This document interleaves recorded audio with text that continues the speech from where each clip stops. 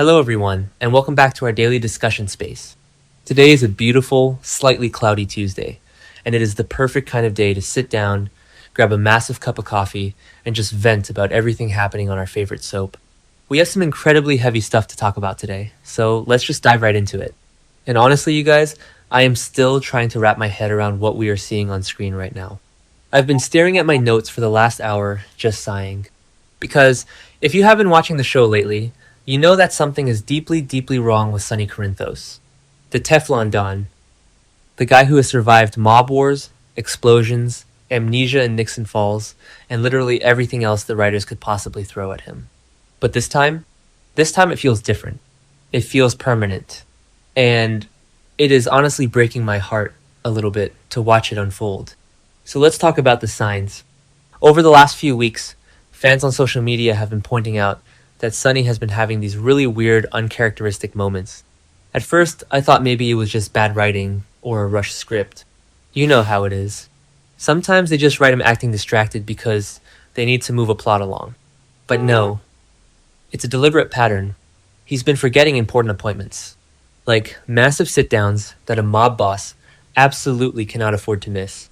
And worse than that, he's been looking right at some of his most loyal, longtime henchmen and just drawing a blank. He didn't recognize them. He looked at a guy who has probably been guarding his front door for 5 years and had absolutely no idea who he was. Just a blank, confused stare. It was chilling.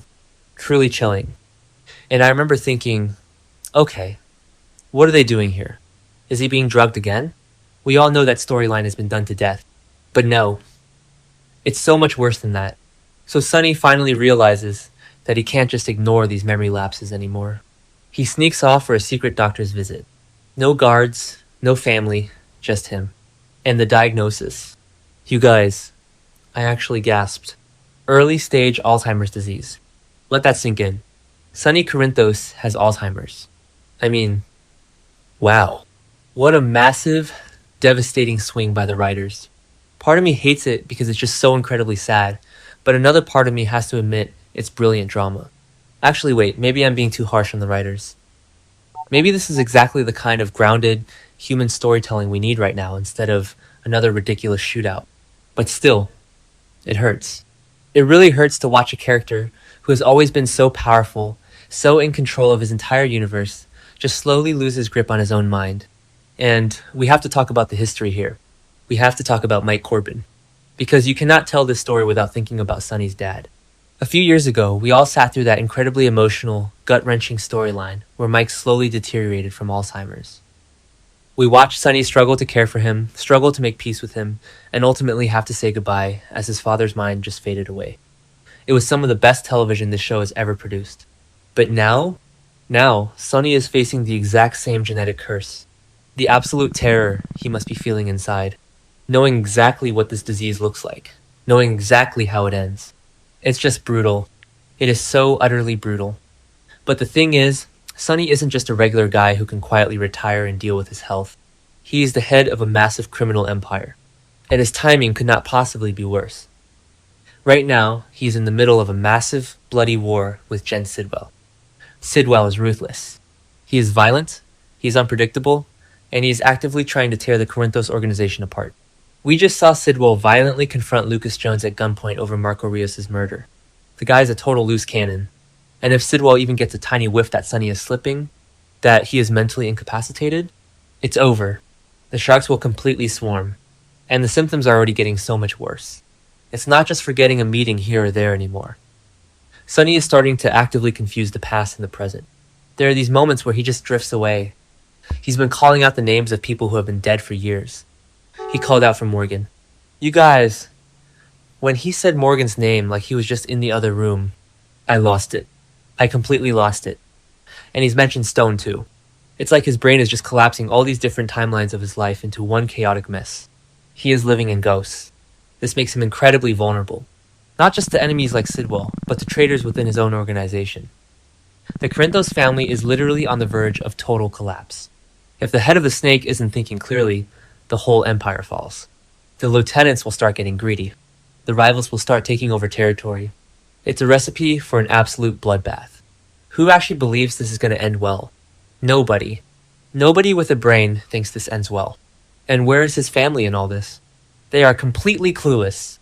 Michael is off in his own little world, completely useless right now. Let's be real. Michael is so distracted dating Jacinda and plotting these weird, petty schemes. Like, he is actively trying to push his ex-wife Willow, who is legally married to Drew now, by the way, and going through her own massive drama with Jen Sidwell harassing her and Brooke Lynn framing her for a hit and run into an affair with Chase. Like, Michael, what are you doing? Your father is literally losing his mind. The family empire is under attack, and you are playing high school gossip games with your ex-wife and her ex-boyfriend. It's infuriating. It really is. But thank God for Brick. Honestly, thank God for Brick. Because Brick is the only one who actually pays attention. Brick is the only one who sees the cracks in the armor. Brick has known Sonny for so long, and he's always been the guy behind the scenes, monitoring the surveillance, keeping the security tight. And Brick notices that Sonny is slipping. He sees the blank stares. He sees the confusion. He puts the pieces together because Brick is a smart guy. So Brick steps up. And we have to give major props to the writers for this dynamic because the loyalty Brick has for Sonny is just unmatched. Brick doesn't use this as an opportunity to betray him. He doesn't go running to the five families. Instead, he sits Sonny down and they have this incredibly heavy, difficult conversation. Brick basically tells him, "You are not okay. You cannot lead right now. You are going to get yourself killed and you are going to get all of us killed." And Brick is the one who comes up with the plan. He advises Sonny that he needs to leave Port Charles immediately. He needs to go to a specialized, highly secure medical facility overseas. Somewhere in Europe, probably, where he can get the best possible experimental treatments for early-stage Alzheimer's without anyone in the American mob scene finding out. It's the only way to protect him. But of course, they can't just tell the organization that the boss has dementia. That would be a death sentence for the entire syndicate. So Brick spins this massive lie. He goes to the top lieutenants, the guards, the enforcers, and he tells them a cover story. Sonny is on vacation. Yeah, a vacation. Let's just pause and think about how ridiculous that sounds. Sonny Corinthos, right in the middle of a territorial war with a psychopath like Jen Sidwell, just decides to pack his bags and go on a leisure trip to Europe? Who is actually going to buy that?